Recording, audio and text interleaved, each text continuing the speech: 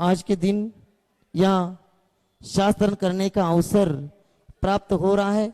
सूर्यकांता, पदमचंद, दीप्ति, राहुल एवं मिहिर दक्ष जैन परिवार अजमेर मुंबई निवासी, इन्होंने 1,11,111 रुपए की एक कलश की स्वीकृति दिए।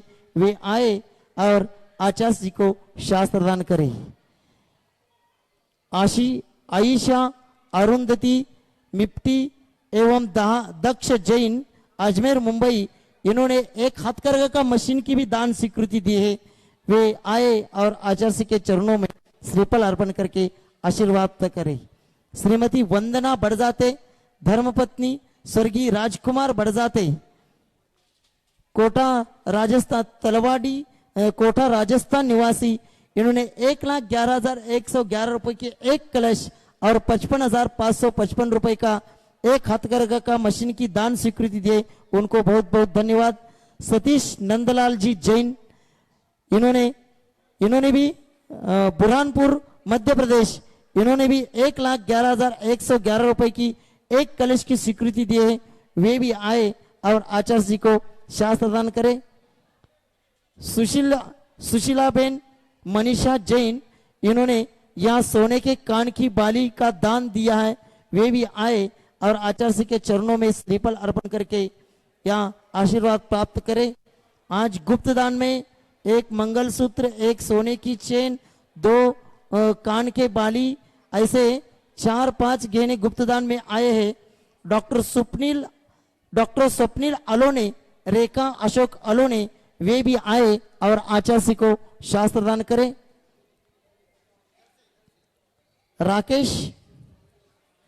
राकेश मोदी कटनी निवासी, इन्होंने यहाँ भोजन दान के लिए दान दिया है। वे भी आए और आचार्य के चरणों में श्रीफल अर्पण करके आशीर्वाद प्राप्त करें। जितेंद्र कुमार सौ भारती पहाड़िया इंदौर निवासी, इन्होंने 55,555 रुपए का एक हथकरघा के मशीन की दान स्वीकृति दिए। वे भी आए और आचार्य के चरणों में श्रीफल अर्पण करके आशीर्वाद प्राप्त करें। मैना सुंदरी महिला मंडल लोनार, दिगंबर जैन समाज लोनार, इन्होंने भी अन्नदान के लिए यहाँ 51,000 रुपए की दान राशि की स्वीकृति दी। वे भी आए और आचार्य के चरणों में श्रीफल अर्पण करके आशीर्वाद प्राप्त करें। यहाँ डॉक्टर जयेंद्र कीर्ति जैन उज्जैन, ये भी आए और आचार्य को यहाँ आचार्य के चरणों में श्रीफल अर्पण करके आशीर्वाद प्राप्त करें। सिंदखेड़ राजा से यहाँ मंदिर का निर्माण, मानस्तंभ का निर्माण हो गया है और उनकी भावना है आचार्य के सानिध्य में पंच कल्याण करने की। ये भावना लेकर के सिंदखेड़ राजा की जैन समाज आई है। वे उनके एक प्रतिनिधि केवल यहाँ आगे आकर के आचार्य के चरणों में श्रीफल अर्पण करके आशीर्वाद प्राप्त करेंगे। चेतन गड़ेकर, नेहा गड़ेकर, सुदर्शन जी गड़ेकर, अमेरिका निवासी, अशोक जी जैन, रवि मसाले वाले, आए और आचार्य के चरणों में श्रीफल अर्पण करके आशीर्वाद प्राप्त करें। श्रीमती आशा कुमार कोगनोळे, राकेश सम्यक्तवा सांगली निवासी, इन्होंने भी हथकरघा के एक मशीन की दान स्वीकृति दी है। वे भी आए और आचार्य के चरणों में श्रीफल अर्पण करके आशीर्वाद प्राप्त करें। नवीन जी पाटनी औरंगाबाद निवासी,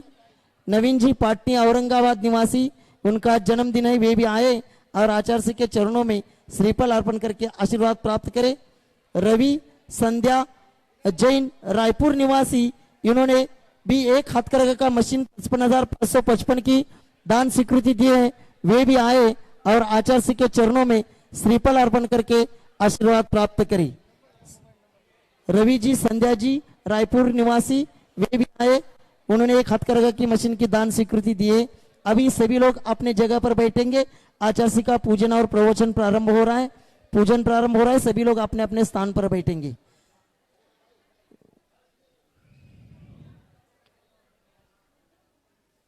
सभी लोग एक मिनट थांबा, ये आने दो पहला सकता।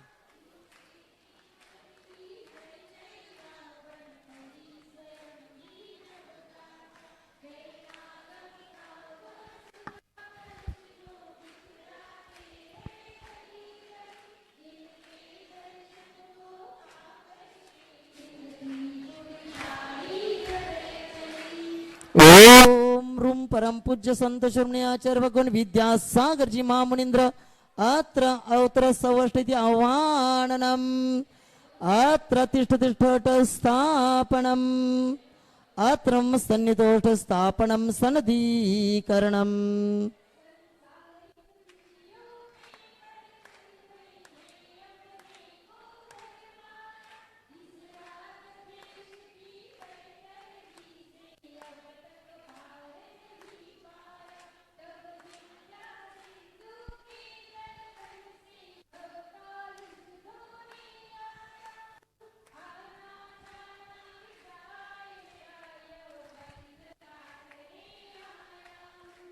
ओम रूम परम पूज्य संत शिरोमणी आचार्य भगवान विद्यासागर जी महामुनींद्राय जन्म जरा मृत्युनाशनाय जलम निरूपामिति स्वाहा।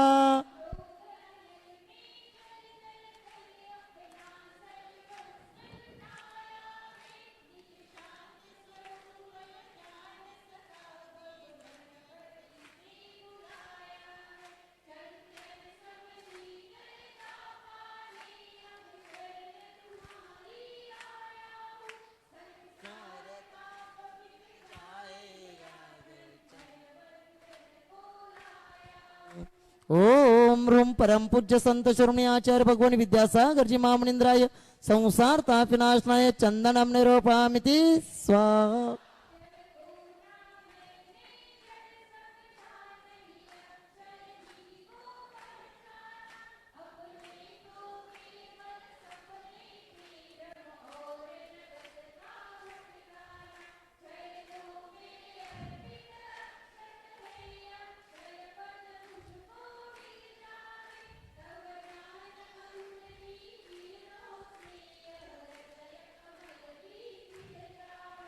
ओम रूम परम पूज्य संत शिरोमणी आचार्य भगवान विद्यासागर जी महामुनींद्राय अक्षय पद प्राप्ति अक्षतम निरूपामिति स्वाहा।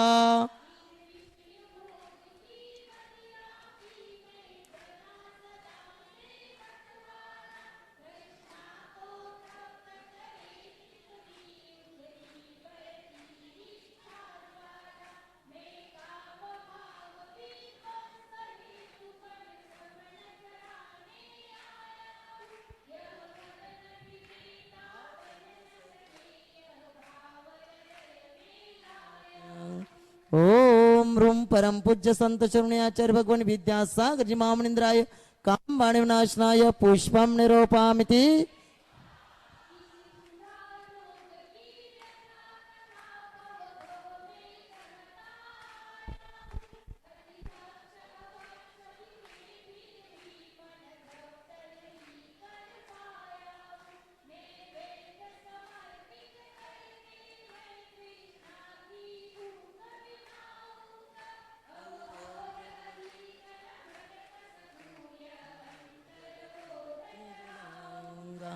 ओम रूम परम पूज्य संत शिरोमणी आचार्य भगवान विद्यासागर जी महामुनींद्राय क्षुधारोग विनाशनाय नैवेद्यम निरूपामिति स्वाहा।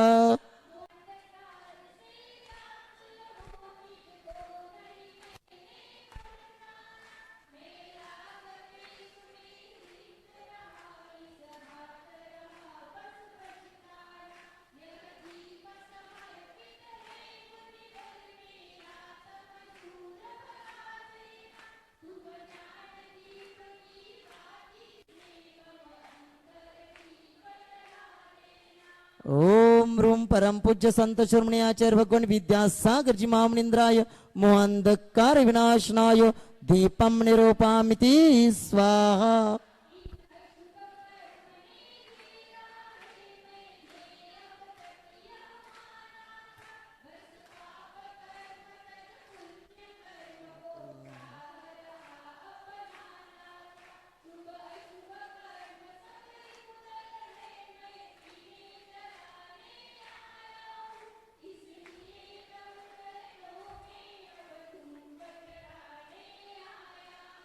ओम रूम परम पूज्य संत शिरोमणी आचार्य भगवान विद्यासागर जी महामुनींद्राय अष्टकर्म धनाय धूपम निरूपामिति स्वाहा।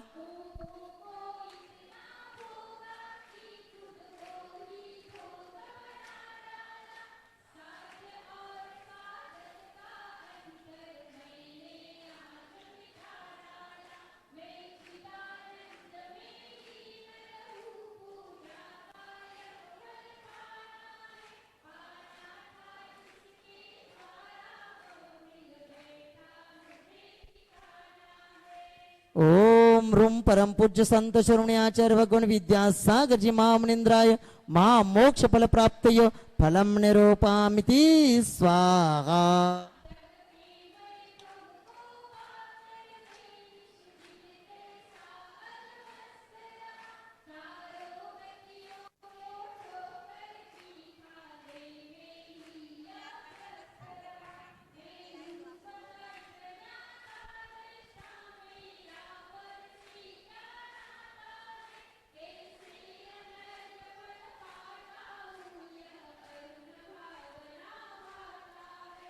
ओम रूम परम पूज्य संत शिरोमणि आचार्य भगवान विद्यासागर जी महामुनीन्द्राय अनर्घ्य प्राप्तय अर्घ्यम निरूपामिति स्वाहा।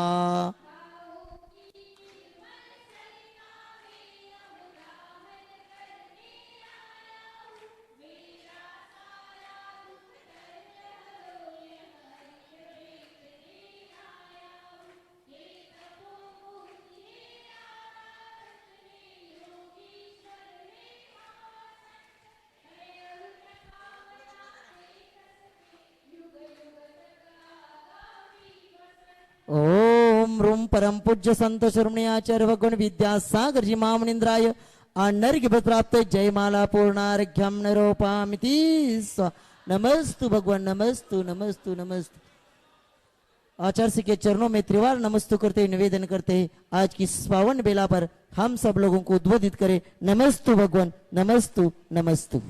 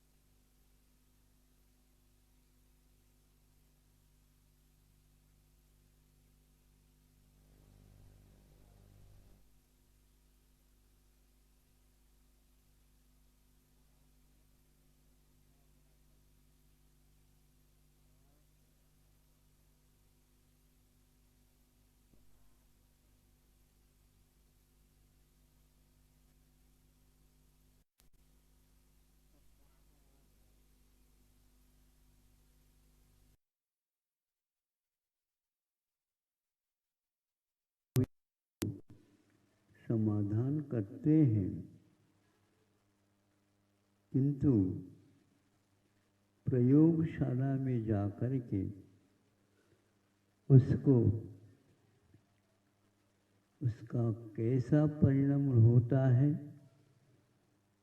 किसके साथ किसने प्रकार से इनमें भेद आते हैं आदि आदि जो विकास के क्रम है, उनसे यदि वंचित रहते हैं, दूर रहते हैं, उसको उपेक्षित कर देते हैं, तो हमारा वह सुना हुआ कभी भी काम में नहीं आता। इसलिए प्रयोग करने के लिए कई प्रकार की परीक्षाएं ली जाती हैं।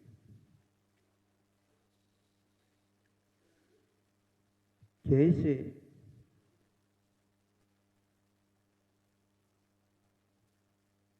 दुकानदार अपना माल बेचता है, देश विदेश से भी लोग ग्राहक आ सकते हैं, आते हैं, और वह अपने माल दिखाता है। ग्राहक जब जिसको पसंद करता है उसको दिखाने के लिए वह अपने गोदाम वगैरह ले जाता है। उनको पसंद आ गया, वो भाव भी उसका ज्ञात हो गया उससे,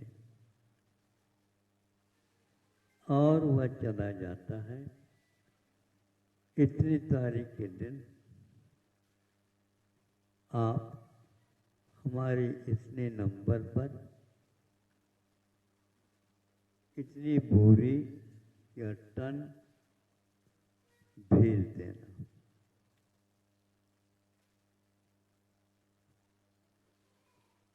माल को हम अपने हाथ में लेंगे तो हम आपको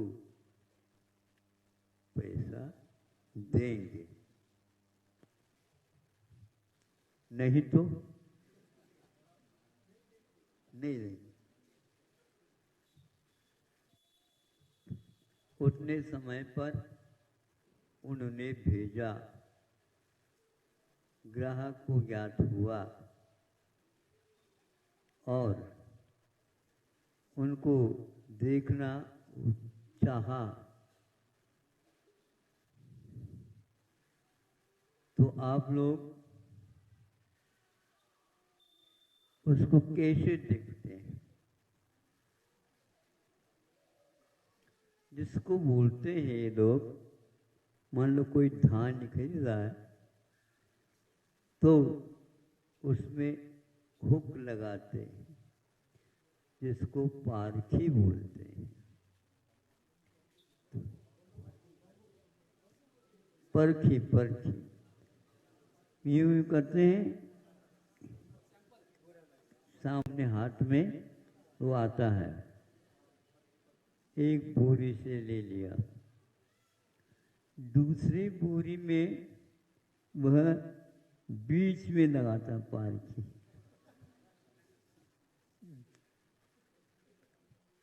तीसरी बोरी में वह नीचे का निकालता। आप लोग अपनी चीज के तो पारखी बनते हो, लेकिन दूसरी चीज को खरीदना चाहो तो पारखी अवश्य बनना चाहिए। जब वह कहता है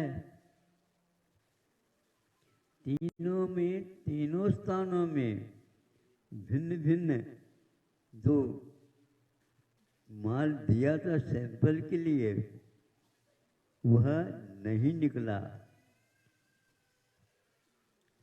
तो कहता है आप वापस, क्वालिटी ठीक है, क्वांटिटी तो है, उसको लेकर के क्या करना? जैसा आपने दिखाया था वह सब दिखावा लग गया। दिखावा का मतलब सैंपल में तो था, मूल बोरी में वो नहीं आई थी, और वो पूरा पूरा जहाज हजारों लाखों टन का वापस हो गया। क्यों? अब क्यों मत पूछो, आपने जैसा सैंपल दिया था, नमूना जुना है कि नवीना है ये बताओ, तो नहीं निकला। और दुनिया में हंसी हो गई, दुनिया में हंसी और हो गई। आपका विश्वास साफ हो गया, कोई बचा नहीं। एक भाव है, एक भाव है, एक भाव है।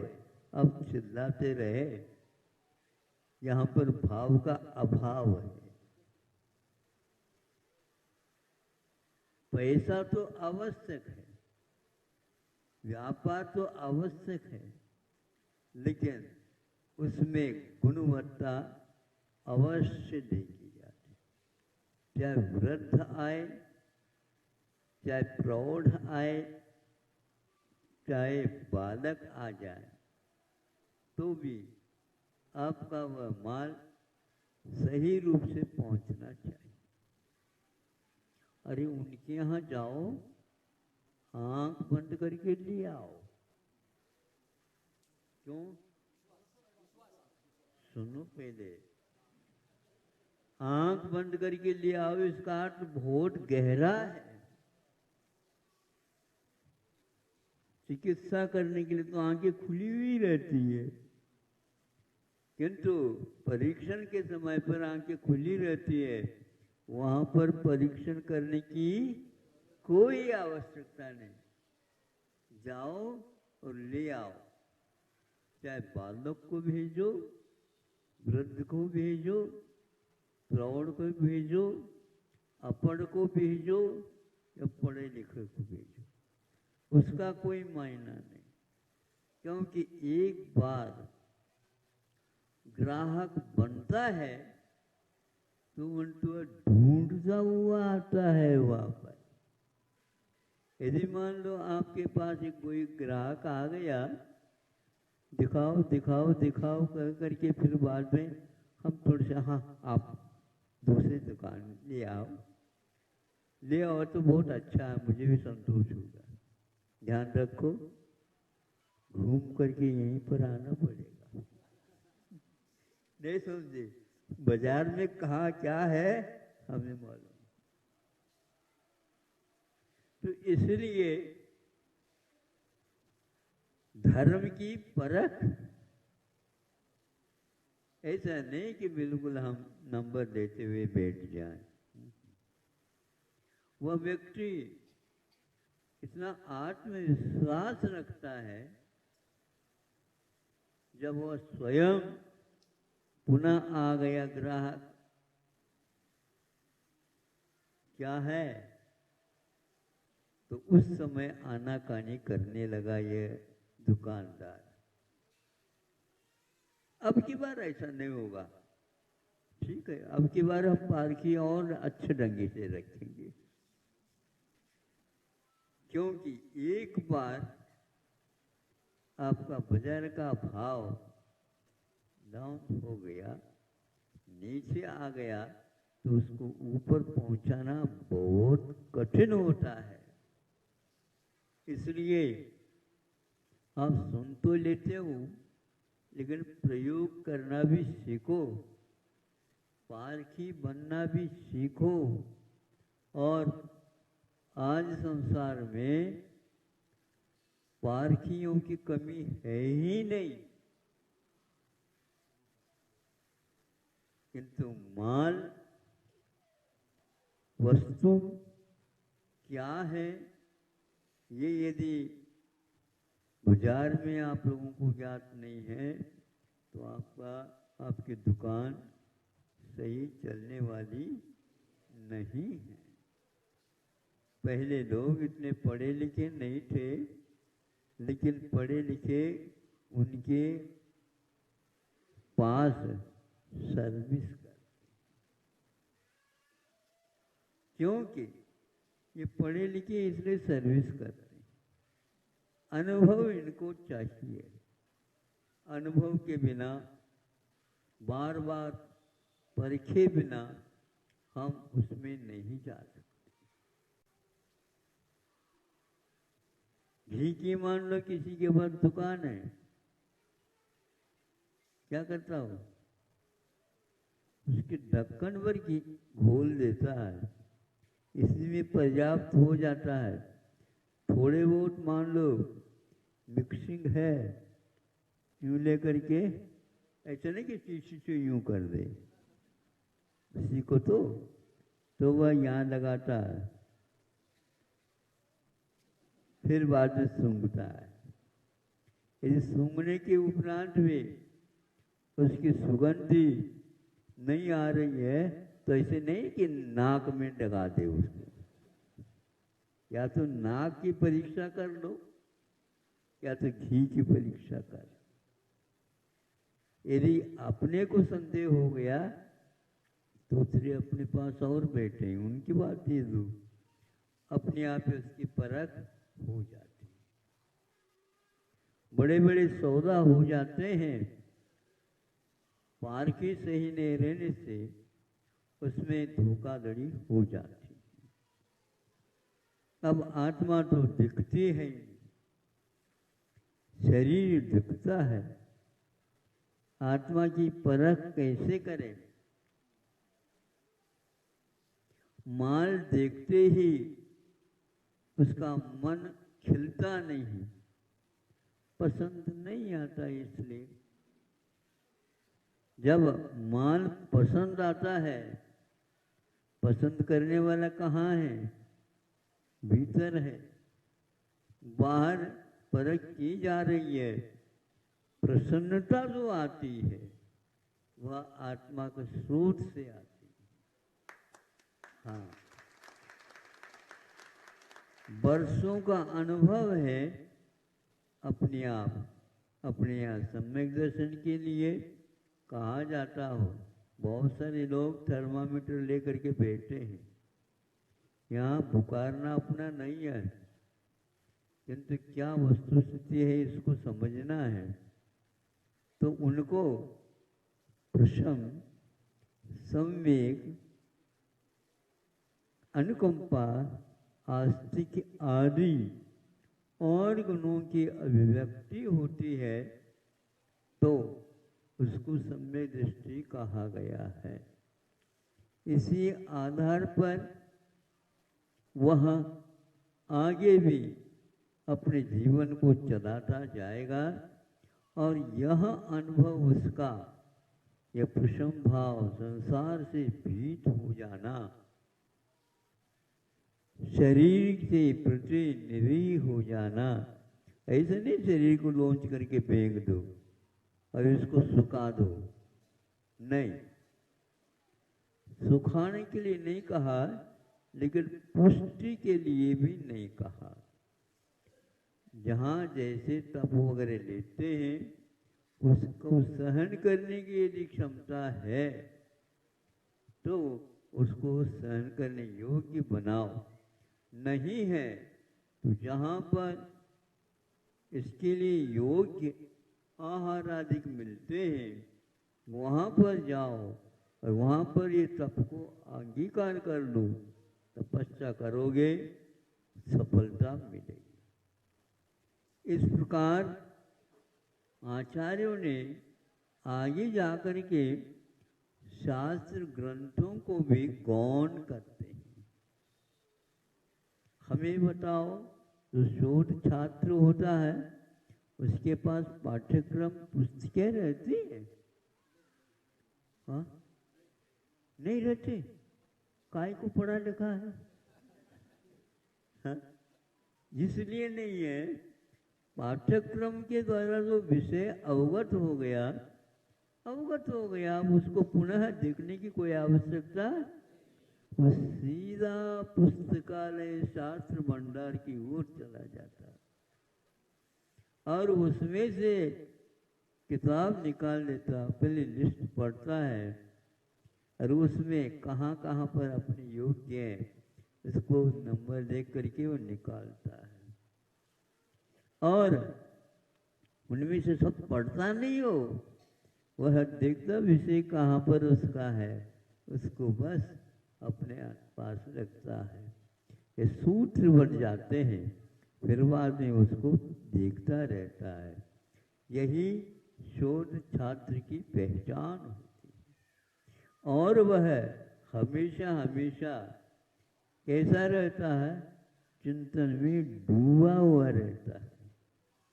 आपके लिए छुट्टियां मिलती हैं, शोध छात्र को कभी छुट्टियां मिलती नहीं है या लेता नहीं, क्या पता, वह लेना नहीं चाहता और उसकी कक्षा की अवधि भी नहीं रहती। एक बहुत मार्के की बात है। हर कक्षा में एक वर्ष देता और स्नातक होने के उपरांत उसके लिए एक विषय के लिए 2 वर्ष देता है। लेकिन शोध छात्र के लिए वर्षों की कोई अवधि सीमा नहीं रहती। फिर जीवन पर्यंत जीवन भी छोटा हो जाता है। इस विषय का मंथन करने के लिए छोटा पड़ जाता है और वह डूबता चला जाता है, ऐसा जैसे और कोई भी नहीं कर सकता। 3-4 वर्ष भी लग सकते हैं, फिर बाद में उसको उससे निवृत्ति हो जाती है। तो आप लोग 1 साल तो देख लेते हैं, दूसरे साल में बेटा दुकान प्रतीक्षित है, बैठ जाओ। पिताजी ऐसा करो, दुकान में रखना है तो दुकान में रख दो। नहीं समझे? किंतु यदि दुकान नहीं रखना चाहते हैं तो मुझे पढ़ने दो। बेटा पढ़ते पढ़ते लाख खर्च हो गए, आपको खर्च से यदि डर है तो हम कमा करके आपको उससे 4 दे देंगे। बातें करता है। हम बातें तो इसलिए नहीं करना चाह रहा था क्योंकि आप दुकान की ओर कह रहे थे। दुकान लेना तो दुकान देख ले। इसलिए जो संसार से, शरीर से, भोगों से अनासक्त नहीं होता है, चारित्र लेना तो बहुत दूर है। सम्यक दर्शन के बारे में भी प्रश्न चिन्ह लग जाता है। आप अपने भावों को ऊपर बढ़ाना चाहते हो तो प्रशम भाव, अनासक्त भाव, अनुकंपा भाव, अस्तित्व के बारे में, किस वस्तु का क्या स्वभाव है, इसके बारे में चिंतन करते जाओ। यह आपके लिए पाठ्यक्रम है। फिर इसके उपरांत शोध ग्रंथ में कभी भी पाठ्यक्रम बनता नहीं। किंतु आज शोध करने वालों की हाल थोड़ी सी पूछताछ कर लो, कौन से हॉल में रहते हो? हाँ, कौन से हॉल में रहते हैं उनको पूछ लो। निर्देशक बना करके वह उसी से सब कुछ लेना चाहता है और निर्देशक भी उसके लिए बहुत सारी चीजों की मांग रख करके उसकी पूर्ति के लिए कहता चला जाता है। ऐसा नहीं होता। पहले अध्यापन कार्य के माध्यम से ही शोध के विषय तैयार किए जाते थे, किंतु आज विद्यालयों में, महाविद्यालयों में अध्ययन ही नहीं हो पाता। सब दिखावट आ गई है।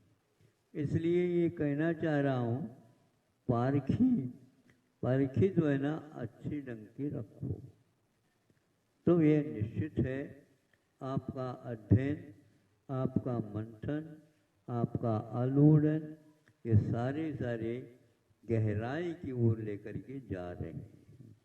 आज के विद्यार्थी नौकरी की तलाश में हैं, उसकी नौकरी की ही गहराई दिखती है और कुछ उसको दिखता भी नहीं।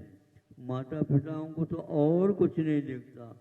हमने इतना खर्च कर लिया इसके ऊपर, अब इसके बदले में क्या है? बदले में तो आपका पुत्र है, अनुभवी है, वो सब कुछ कर लेगा। रत्नगढ़ श्रावकाचार्य में आया है ना श्लोक, यदि संवर है स्यात्, संवर यदि है तो